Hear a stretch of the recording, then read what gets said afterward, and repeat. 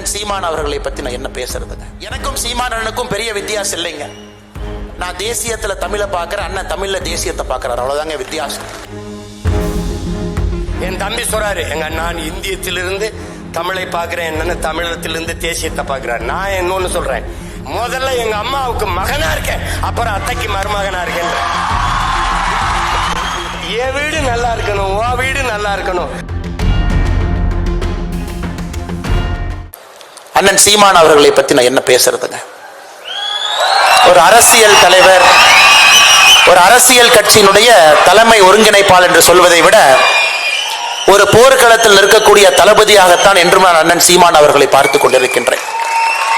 காரணம் அவருடைய கொள்கை, அந்த கொள்கையிலே அவர் எடுத்திருக்கக்கூடிய உறுதி பூண்ட ஒரு நிலைப்பாடு, அதற்காக எதை இழந்தாலும் பரவாயில்லை என்று தைரியமாக அந்த போர்க்களத்திலே போராடக்கூடிய மாண்பு, இது அண்ணன் சீமான் அவர்களை தமிழக அரசியல்ல ஒரு தனிப்பெரும் தலைவராக உயர்த்தி நின்று கொண்டிருக்கின்றார்கள் என்று. எனக்கும் சீமானனுக்கும் பெரிய வித்தியாசம் இல்லைங்க. நான் தேசியத்துல தமிழை பார்க்கிறேன், அண்ணன் தமிழ்ல தேசியத்தை பார்க்கிறார், அவ்வளவுதாங்க வித்தியாசம்.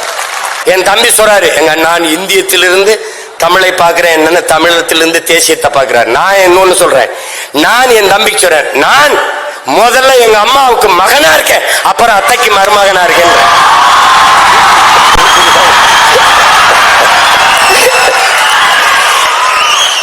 இந்த தேசம் நல்லா இருக்கணும்னா, இந்த நாடு நல்லா இருக்கணும்னா என் வீடு நல்லா இருக்கணும், என் வீடு நல்லா இருக்கணும், உன் வீடு நல்லா இருக்கணும், அவர் வீடு நல்லா இருக்கணும், அவர் வீடு நல்லா இருக்கணும். எல்லா வீடும் நல்லா இருந்தால் நாடு நல்லா இருக்கும். தட்சாலி வராங்க.